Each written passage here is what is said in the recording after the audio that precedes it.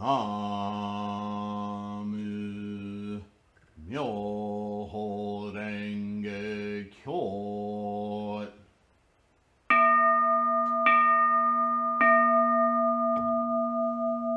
나무 묘호랭개교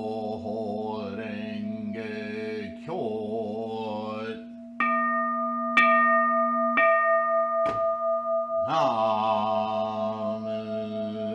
묘호랭개교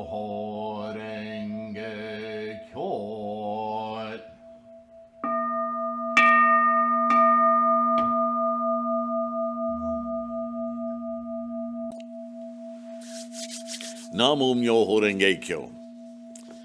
Let us continue with the teaching approved by all the Buddhas. These teachings, Nichiren says, of skillful expedience exist only in this impure land and are not to be found in any of the pure lands. So, I just finished a video on the personages of Buddhism. And what Nichiren is taking this a step further, and he's saying all these expedient means that have been taught by Shakyamuni and the Bodhisattvas over time. And he pays respects to the entire lineage of scholarship of Buddhism here, but specifically to Shakyamuni. He says all of these explanations, these stories, these ways of understanding how the mind works and how that we can shift that mind's attention away from grasping and possessing everything to understanding that everything is of the same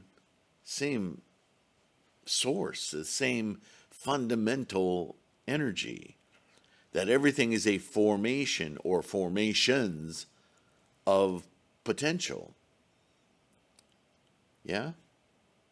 Well, the only place you need to teach that is in samsara, because in samsara is where we inculcate the delusion of ownership and craving and wanting to make permanent.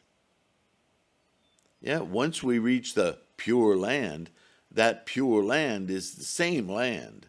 It's just that we perceive it clearly as a concurrent state between ourselves and environment as the same process.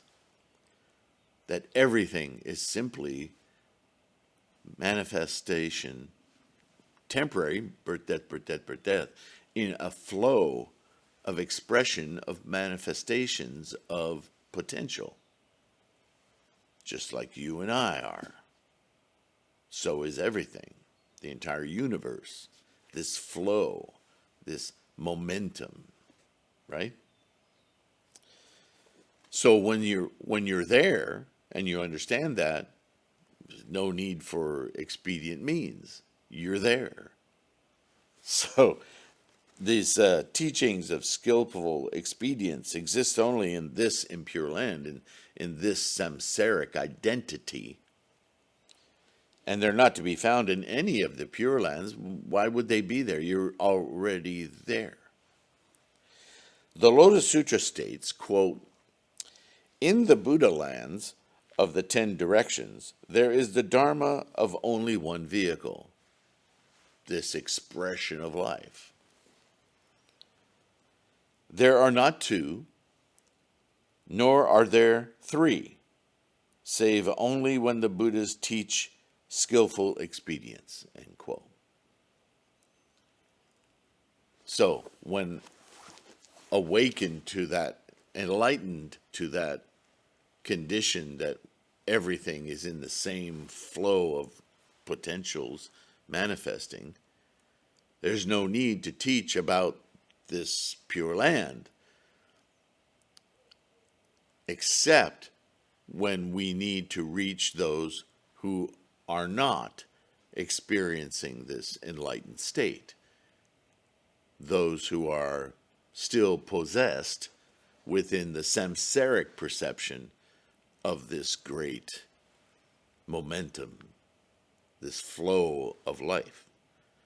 They're stuck. They're trapped in the possession of things, including themselves, right? Identification. So, in order to break them of that, disabuse them of that misperception, we use stories to get them to come to their own awakening, right? As I've said many, many times, nobody can give you Buddha. Nobody can force you, nor can they take it away. Because original enlightenment, it's always there, it's always been there, time without beginning or end. It's just a matter of perception. Let's go on. Therefore, one should know to take up an expedient teaching that is not to be found in any Buddha land throughout the 10 directions, defining it as the practice for rebirth in the Pure Land, and to reject the Dharma of the one vehicle that does exist in the Pure Lands of the 10 directions, failing to take it up, can one reasonably expect to attain Buddhahood in this way? Did that make sense? In other words, if you're practicing provisional teachings, earlier teachings, that teach you, like the Tripitaka. Remember, this is what he's been talking about: the Tripitaka, the Prajna, what was the other ones? My mind escapes me.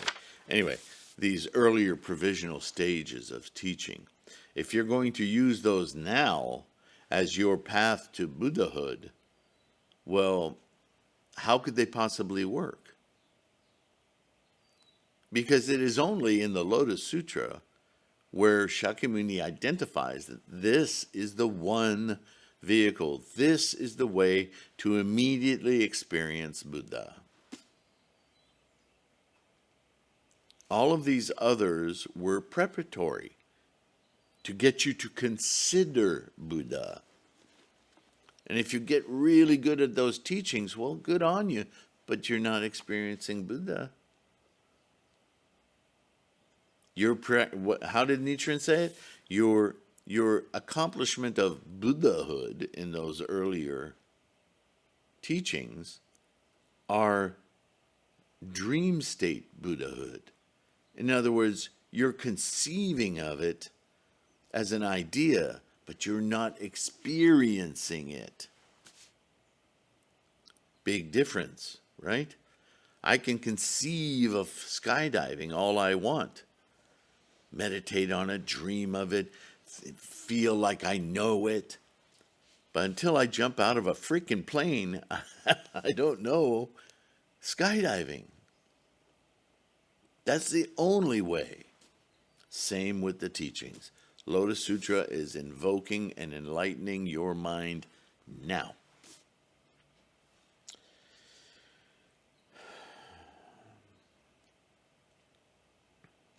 The Tathagata Shakyamuni, Lord of the teachings of his lifetime, having expounded the body of sutras, pondered and put this into words, saying, quote, because this is the manner of preaching affirmed alike in a single language and with a single mind by all Buddhas of the 3 time periods, I, too, in the same way, without deviating by a single word, follow the same order in expounding the teachings.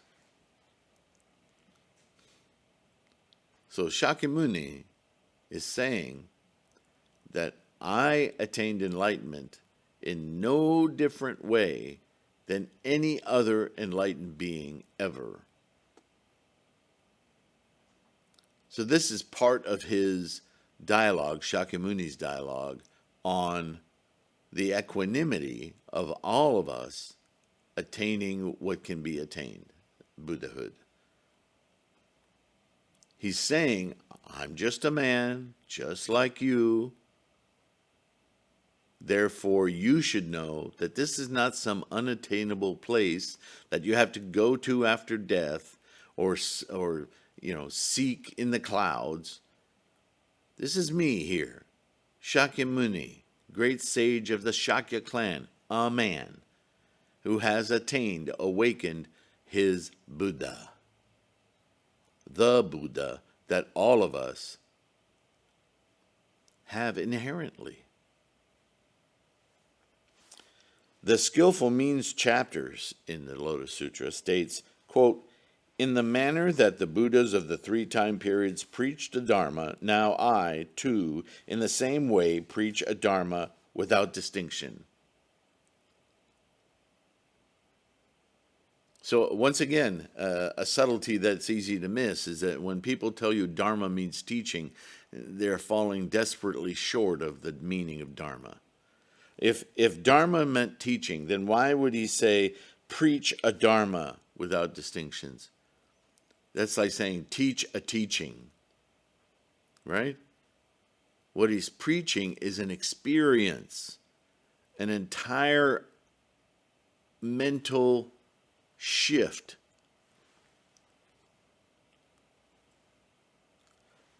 And to experience that mental shift, one has to have a particular attitude, and that attitude has concurrent with it intent. Attitude as a word describes this moment, but intent describes the next. And this is where Nichiren constantly talks about resolve. And you hear me say it all the time. You have to have confidence, because confidence is a knowing of potential right here and now, but the accomplishing of that potential is a future, next moment thing. This is why we study, to continuously bolster our confidence. Where does our confidence come from? Right? Our confidence comes from having a really solid idea of what we're driving toward. Right? Having confidence without a goal is what we would call mental instability. Right? But if your confidence has to be about something. What are you confident in? If you're confident in your Buddha capacity, then you invoke your Buddha capacity and you experience your Buddha capacity. You now experience Buddha. How much more confidence do you have about continuing to do that? Right?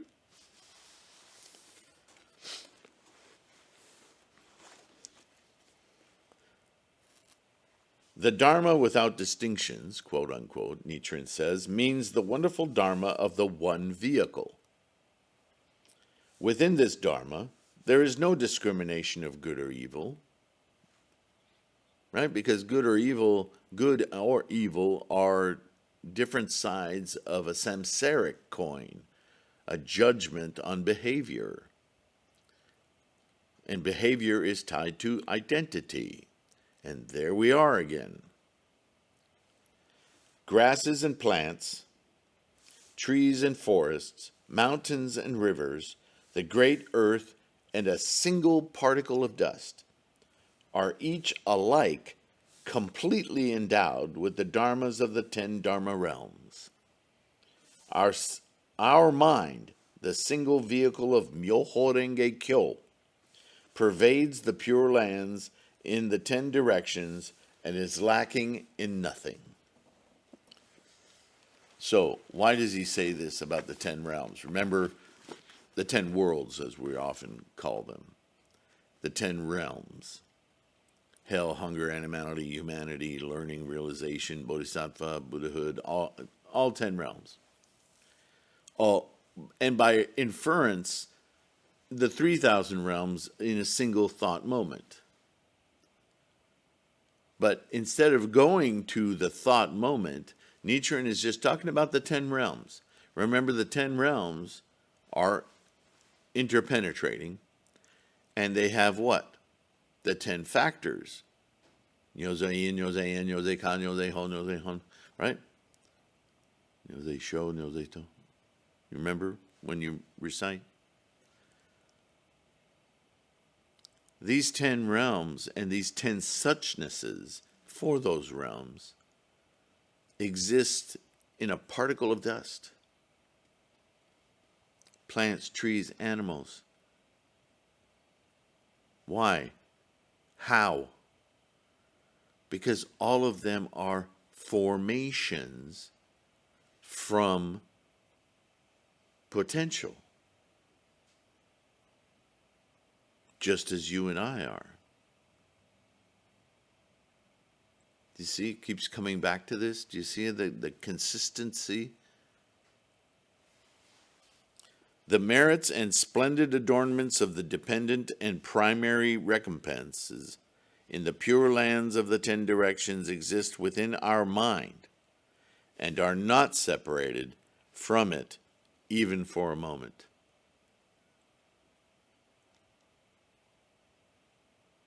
And this is from that same doctrine. Every single thing that we think we know, how do we know it? Well, I know steel is hard. Okay, but does that make the steel hard? Or does that mean that what you know in your mind, your perception of steelness, suchness that is steel, is a suchness of hard? Hard compared to what? At what temperature? In what pressure? In what environment? Where in the universe? Oh, well, I guess it's not always hard. Sometimes it's hot and molten. Question what you know. What you know in samsara is a subset of knowledge. Knowing in its entirety everything is equanimous. Is everything shares the same suchnesses in varying manifestation. There it is again. This is the Tathagata of original enlightenment, possessing the 3 bodies in one. Apart from this, there is no Dharma. There is no experience apart from this. Only this single Dharma is found in the pure lands of the 10 direction. Wherever belies mind, there is only this one subtle and pervasive, abiding truth. If you're fond of believing in some kind of intelligent life in some other galaxy somewhere far distant in the universe, if it has mind, this is the one perception, the Dharma realm, the Buddha will be exactly the same. However you come to the mind, this is the one vehicle. Therefore, it is called the Dharma without distinctions. There isn't one Dharma here and another Dharma there. This is the Dharma ground, as you might say, the fundamental. Not to take up the practice of this wonderful Dharma that is the one vehicle, but to take up instead some teaching of expedient means that is not to be found in any pure land, regarding it as the practice for attaining Buddhahood, is a delusion among delusions. So, wham, he makes the point again.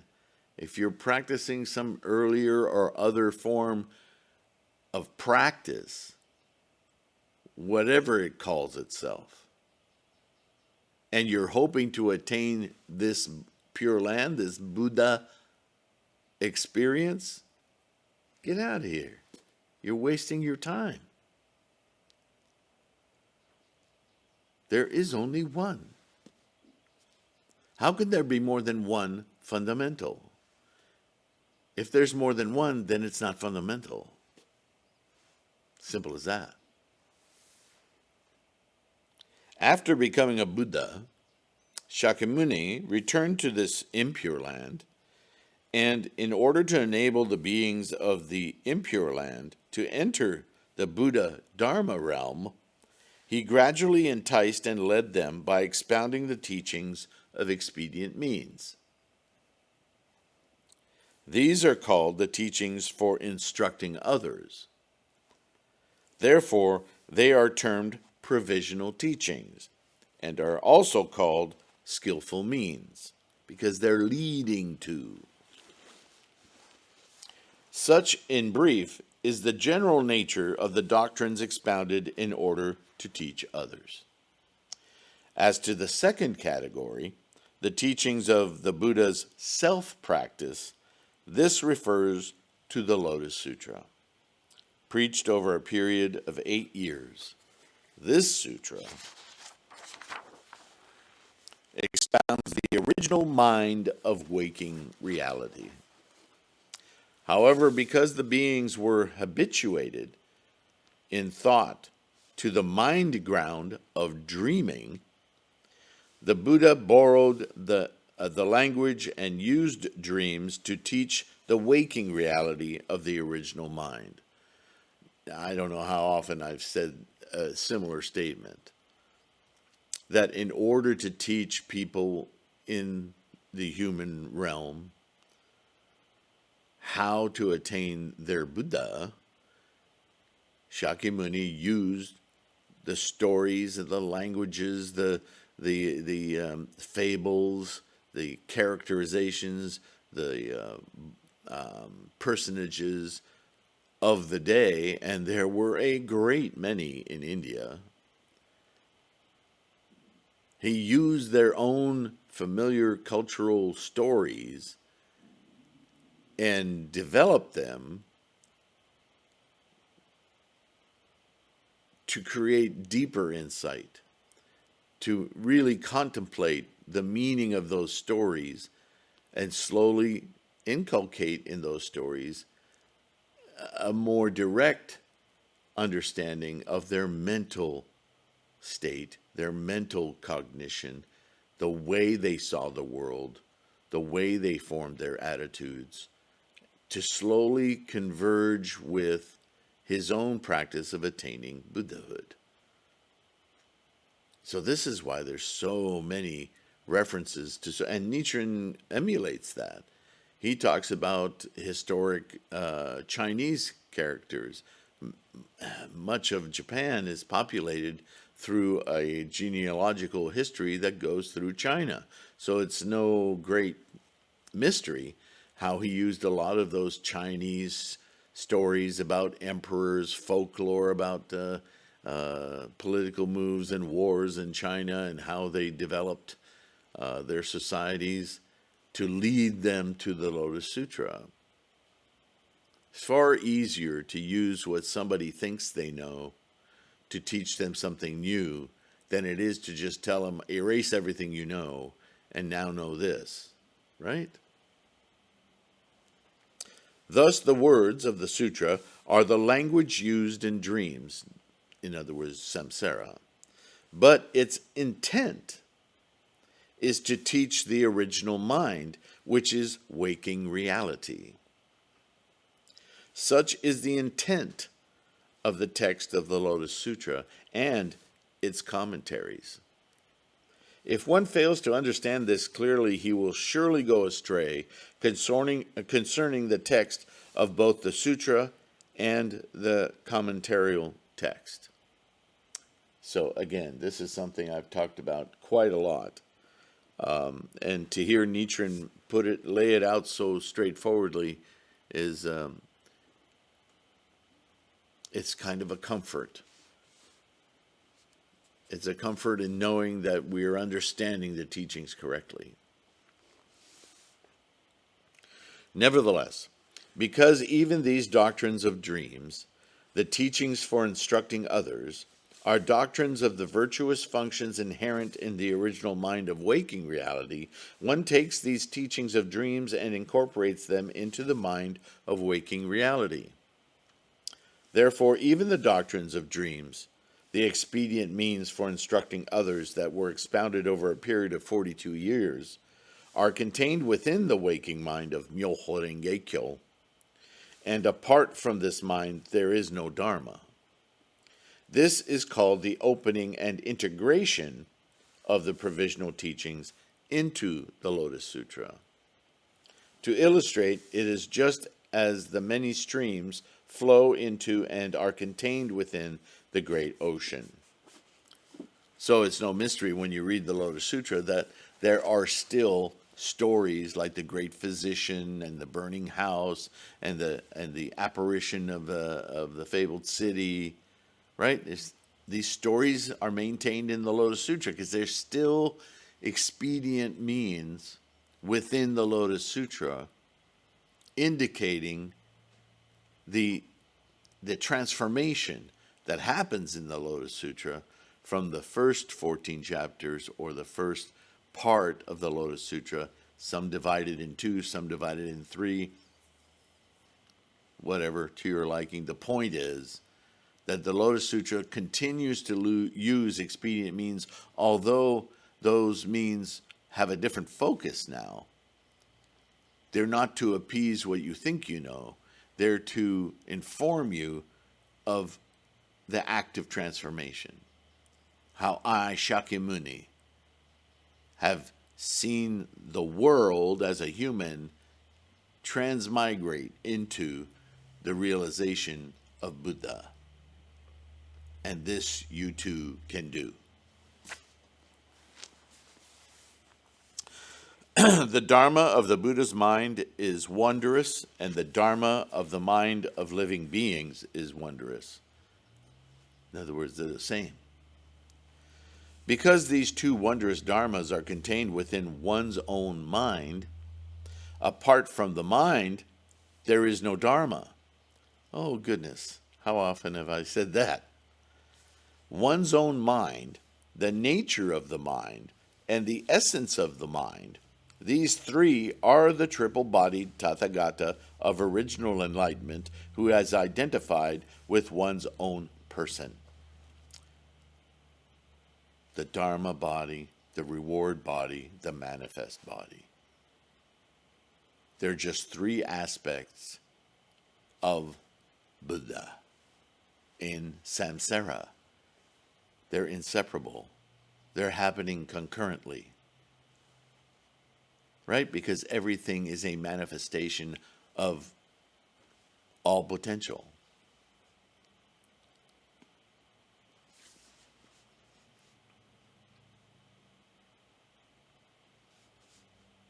The sutra explains this, saying, quote, "The suchness of their characteristics," this refers to the manifested body Tathagata, "the suchness of their nature," this refers to the reward body Tathagata, "and the suchness of their essence," this indicates the Dharma body Tathagata, end quote.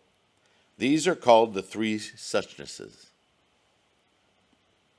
The Tathagata of original enlightenment, represented by these three suchnesses, takes the Dharma realms of the 10 directions as his body.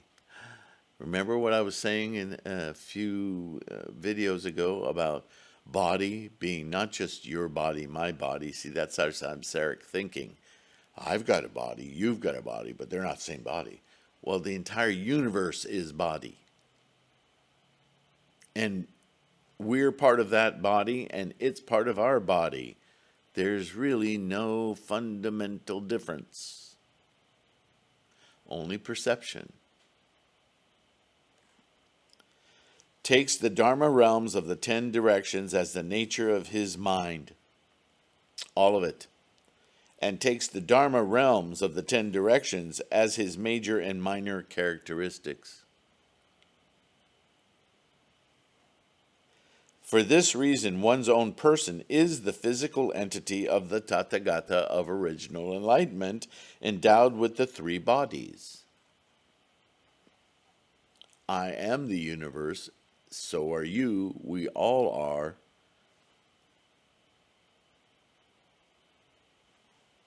Because these three Tathagata bodies completely pervade the Dharma realms and are the virtuous functions of a single Buddha. Did you get that? Once again, that idea that I have my own Buddha and you have your own Buddha is a misperception, again, a clinging to something that you believe is mine or yours. Buddha is Buddha. There is no separation. All of the Dharma realms are the virtuous functions of the single Buddha. All dharmas are themselves the Buddha Dharma. When the Buddha expounded this, the fourfold assembly, 8 classes of lowly beings, beasts, and persons of heterodox views who were ranged in the assembly, without a single exception, all immediately dispelled and brought to an end their distorted views and distorted thinking arising from false conceptions and returned to the waking reality of original enlightenment. This is the story in the Lotus Sutra, right? All attaining the Buddha way. The Buddha is like a person who is awake, while living beings are like persons who are dreaming. When they wake from the empty dream of birth and death and return to the waking reality of original enlightenment, that is called, quote, attaining Buddhahood in this very body, end quote. It is also conveyed by the expressions, quote, impartial great wisdom, end quote. Quote, the Dharma without distinctions, end quote. And, quote, all shall attain the Buddha way, end quote. These are but a single doctrine. The Buddha lands of the 10 directions may each be separated from one another, but the Dharma that pervades them is a single vehicle. Because there are no expedient means in these lands, it is called the Dharma without distinctions. The living beings of the 10 realms are of different kinds, yet the principle of their true aspect is one. Therefore, they are without distinctions. The doctrines of the 100 realms and 1,000 suchnesses, or of the 3,000 realms, are different, yet because the 10 realms are mutually inclusive, they are without distinctions. Dreaming and waking, falseness and reality are each different, but in that they are dharmas within the one mind, they are without distinctions. Past, future, and present are 3, but because they are principles of the mind in a single thought moment, they are without distinctions. There's that time component again. Our very perception of time-space is a mental perception that isn't required to understanding the reality of everything in each single moment, because that's all there truly is this single moment, this single moment, this single moment.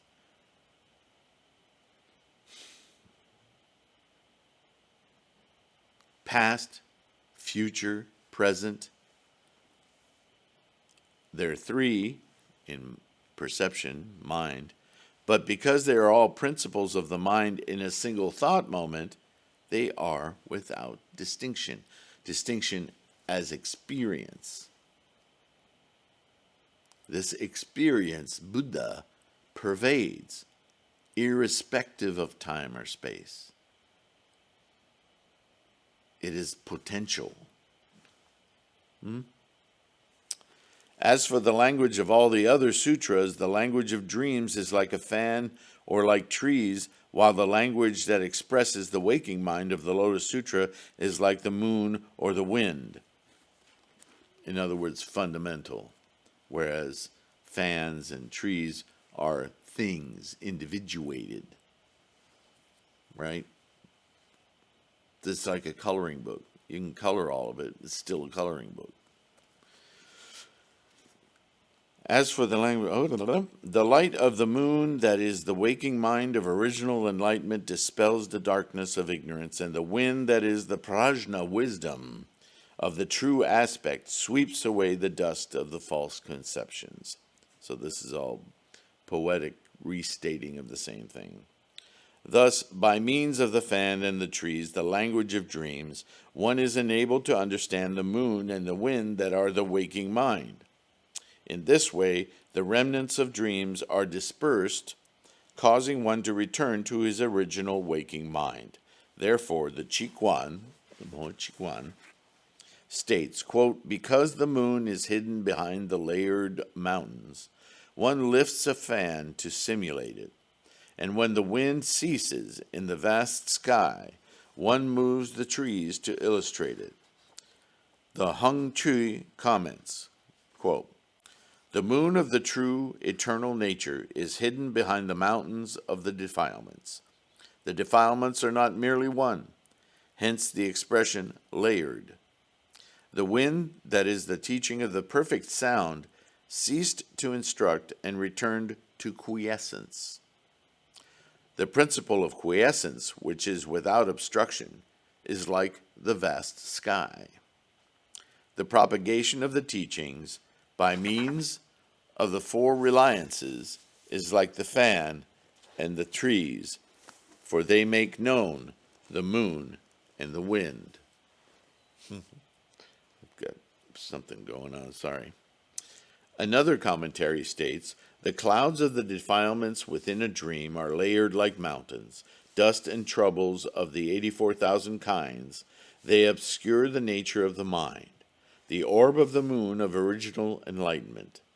By means of the instructions set forth in the words and language of the sutras and treatises, which are like the fan and the wind, the sacred teachings cause people to awaken to and know the principle of the original mind, which is like the moon and the wind. Therefore, their sentences and words are like the fan and the trees. So again, these are, there's more poeticism in this, because that's the nature of words. They can help you to illustrate and point to an idea, but they're very ineffective at encapsulating that very idea. So we end up with stuff that sounds very poetic because it's like window dressing, inviting you to look further, right? I'll read a little bit further and then we'll break for another session. The above commentary is a tentative one and does not represent the true meaning. That teaching, which instructs us and causes us to know the moon, that is the nature of the mind, the wonderful Dharma that is like the moon, as well as the prajna wisdom of our mind, which is like the wind, is called Myoho Renge Kyo. Therefore, the Si Chien states, quote, by inquiring into the immediate names of voices and forms, one arrives at the ultimate principle that is without characteristics. The immediate names of voices and forms, quote unquote, indicates the verbal explanations of all sutras and treatises, which are like the fan and the trees and belong to the realm of dreams. The ultimate principle that is without characteristics indicates the perfect bliss of the land of tranquil light, the nature of our mind, of waking reality, which is like the moon or the wind.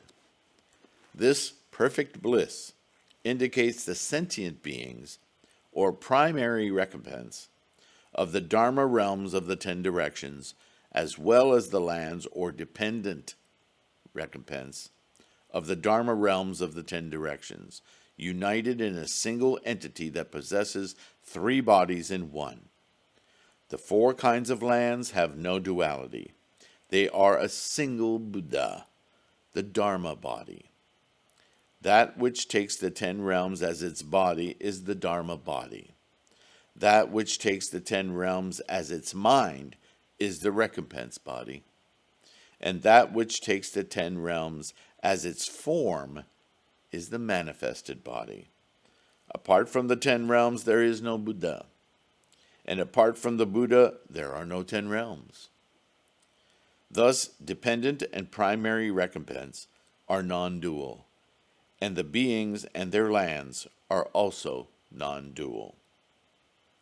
The physical body of the one Buddha is called the land of tranquil light, hence the expression, quote, ultimate principle that is without characteristics, end quote, because it is free from the marks of birth, extinction, and impermanence.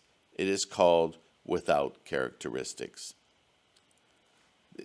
Why is it without characteristics? I keep using the word, and they're not, in any of these old writings, you won't find this word used. But isn't that the very definition of potential? Define potential.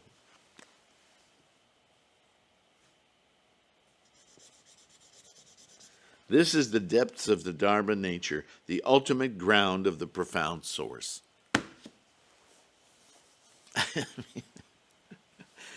It's strange to read these words because these are words that I've said without having ever read this Gosho. The source. Again, identifying a source. The words get in the way. What is the preeminent, a priori, fundamental, right? We can talk about form. We can talk about formation of form, which starts to get a little misty. Okay, I get form. I get that I can melt plastic and put diodes together and I can make a monitor or a camera or a painting or whatever. I get those are forms. And I get making forms. But that's not really formation, is it?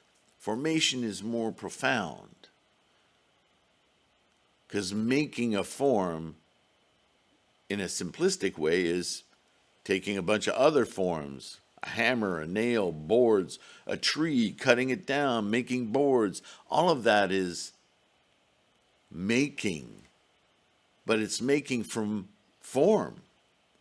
To make another form, all you're doing is changing form. You could call that formation, but that's not what we mean by formation, is it? If you studied Buddhism at all, the Four Noble Truths is about ceasing formation. That doesn't mean just standing around and looking at your hammer in the trees and going, I wish I could make a table. No.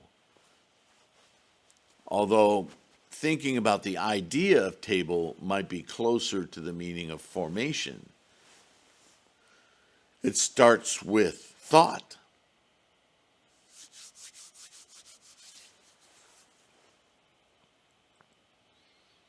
Before there can be form, there must be thought. Well, where does thought happen? Thought wasn't the Big Bang. Thought wasn't energies, whether you're into string theory or quantum fields or,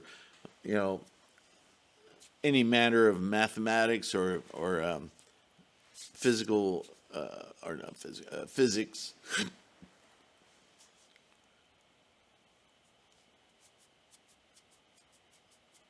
How does thought beget form? Only in mind. So, if mind is a form of what? Perception, knowing, knowledge, accrual, understanding. How is it formed? Now we're getting closer to the nature of formation. Ultimately, prior to electrons, protons, neutrons, quarks, the whole lot of it, time and space itself, space-time, is a formation, isn't it? From what? Formed of what? The very question is wrong, because what assumes thing, doesn't it? So what could come before thing?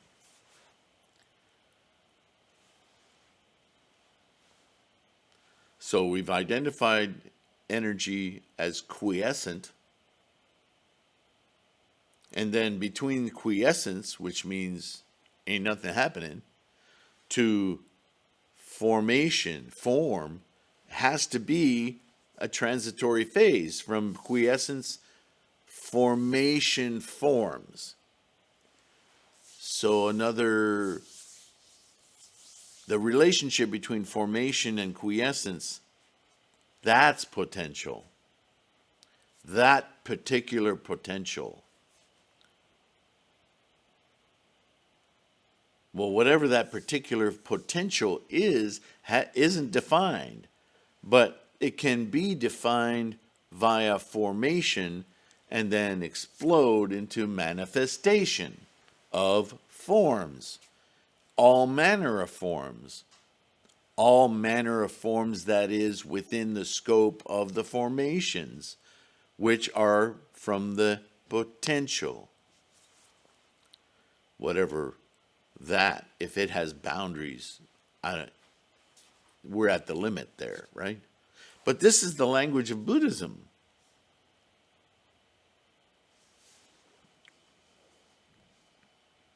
This is why he says things like, things that have no characteristics. Because in the ultimate analysis, they all come from potential, which has no characteristics until formations collect characteristics, and thereby creates the great illusory state of things. It's not that the things don't exist. Don't get that confused. It's that the fundamental property, if you will, of existing things is potential. We all share in aspects of that potential. And it is in the formations of the characteristics that we get stuck.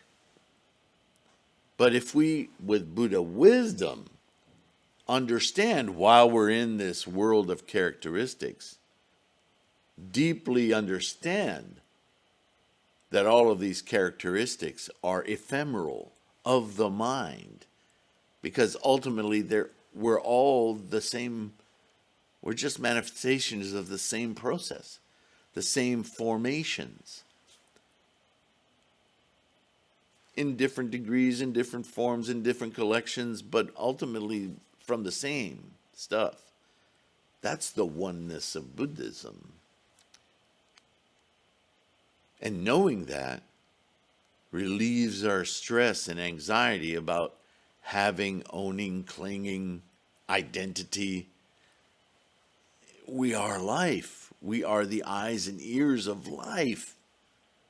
And we're witnessing it in process all the time. Gosh, if we could just stay in that knowledge, that experience. How liberating would that be? So here we are again, saying the same thing. This is, quote, the depths of the Dharma nature, the ultimate ground of the profound source. Myoho Renge Kyo. This is the law. This is the way it works. This is the fundamental.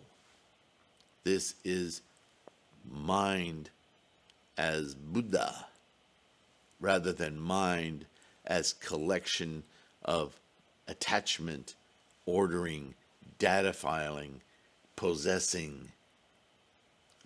Set that mind aside and go, okay, you're all here, but You're all the same process. Isn't that more interesting? Right?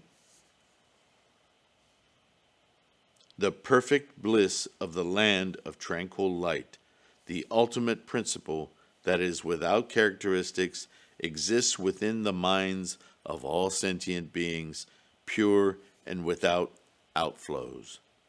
This is called the Lotus pedestal of the mind.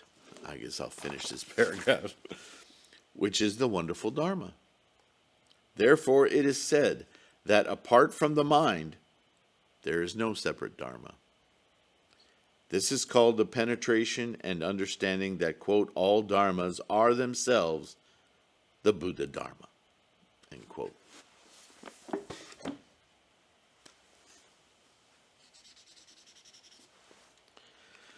All right, that's it for this one. Tell me what you think. Use those comments. Let me know. Was this helpful? Does this introduce something you hadn't thought of before? Is this something you've known all along and you're done? You're enlightened?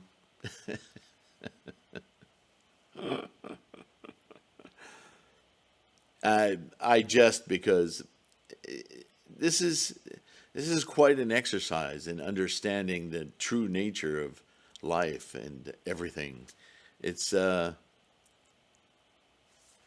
simple as it sounds to say the words. Mentally, it's very difficult to cognate. But this is why Nichiren gave us a mandala. Namo Myoho Renge Kyo. We can just experience it. Yikes. How easy is that?